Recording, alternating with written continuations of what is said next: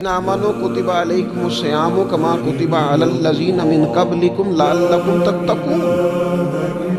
ऐ ईमान वालो, तुम पर रोज़े फ़र्ज़ किए गए जैसा कि तुमसे पहले लोगों पर भी फ़र्ज़ किए गए थे ताकि तुम तकवा इख्तियार करो। रोज़ा तुम्हें परहेज़गार बनाएगा, तुम्हारे अंदर से जो नफसानी चीज़ें होंगी उन्हें निकालेगा और अल्लाह तबारक व तआला की तरफ तुम्हारे दिल का रुझान होगा, तुम्हारी रूह का रुझान होगा, तुम्हें तज़किया देगा। रोज़ा इंसान की तरबियत करता है। इंसान को रोज़ा ज़हनी तौर पर तैयार करता है कि अल्लाह के हुक्म के मुताबिक खाना है, अल्लाह के हुक्म के मुताबिक पीना है। सबसे बड़ा मसला इस दौर का रिज़्क़ हलाल का हुसूल है और हराम से इज्तनाब है।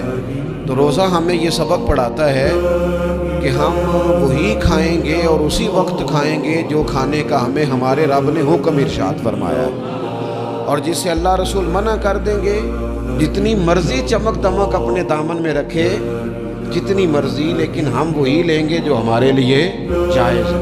आप गौर फरमाइए, रोज़ा लअल्लकुम तत्तक़ून, रोज़ा तुम्हें परहेज़गार करता है। बहुत सारे लोग एक बात करते हैं कि आदतें नहीं बदली जाती। यार कोशिश करता हूँ लेकिन मेरी आदत नहीं तब्दील होती। मैं आपको एक राय देने लगा हूँ, मशवरा देने लगा हूँ। मैं आपसे ये अर्ज़ करने लगा हूँ कि मौका आया है रमज़ान शरीफ का। रमज़ान में ना बंदा रूटीन में अपनी आदतें बदलता है। किसी को सवेरे 7 बजे खाने की आदत है, किसी को 9 बजे खाने की आदत है, कोई सुबह नाश्ता नहीं करता, दोपहर में ही खाता है। लेकिन रमज़ान आया तो आदत बदल गई। 7 बजे वाला भी नहीं खा रहा, 9 बजे वाला भी नहीं खा रहा, दोपहर वाला भी नहीं खा रहा, सारे सहरी में खा रहे हैं।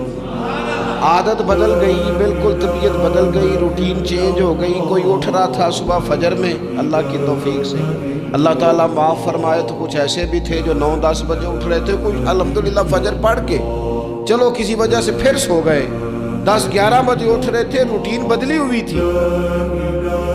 रमज़ान आया तो बदल गई, सारे सहरी में उठ रहे हैं। तहज्जुद के वक़्त सबकी आँख खोल रही है, बिल्कुल रूटीन बदल गई, हालात बदल गए, मामलात तब्दील हो गए, औकात तब्दील हो गए, दफातर के टाइम तब्दील हुए, स्कूलों के निज़ाम तब्दील हुए, मदारस के औकात तब्दील हुए, हर चीज़ के अंदर तब्दीली आई।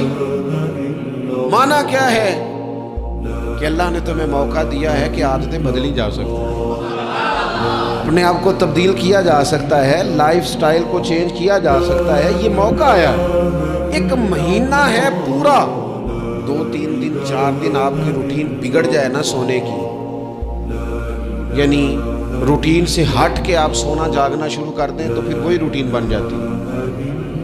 फिर उसी तरतीब से इंसान सारे काम करता है। तो रमज़ान में रूटीन चेंज होगी, सारे तहज्जुद में और सहरी में उठेंगे, तो अल्लाह करे ना ये रूटीन कायम रहे।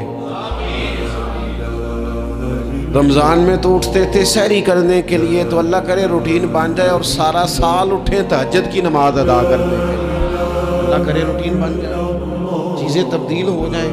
वो लोग जिनको डॉक्टर कह रहे थे कि दवाई भी खानी है और परहेज़ भी करना है, तो वो कह रहे थे जी दवाई खाना तो आसान है, परहेज़ करना मुश्किल है। तो बदलने लगी है ना रूटीन, आ गया ना रमज़ान, परहेज़ का टाइम शुरू हो गया। लिहाजा बेहतरीन फ़ायदा ये होगा कि रमज़ान में परहेज़ होगी। डाइट प्लान बिल्कुल बनाया जा सकता है, उसमें चीज़ों को बिल्कुल मुरतब किया जा सकता है। तो रमज़ान शरीफ के आने से पहले ज़हनी तौर पर अपनी आदत की तब्दीली का प्रोग्राम बनाएं। आदतें बदल जाया करती हैं। रसूल करीम दुनिया में आए वयुज़क्कीकुम, हुजूर तज़किया करने तो आए हैं, आदतें बदलने ही तो तशरीफ़ लाए हैं। नबी पाक ने सफाई सुथराई कर दी, सारी नापाक चीज़ों को निकाल दिया।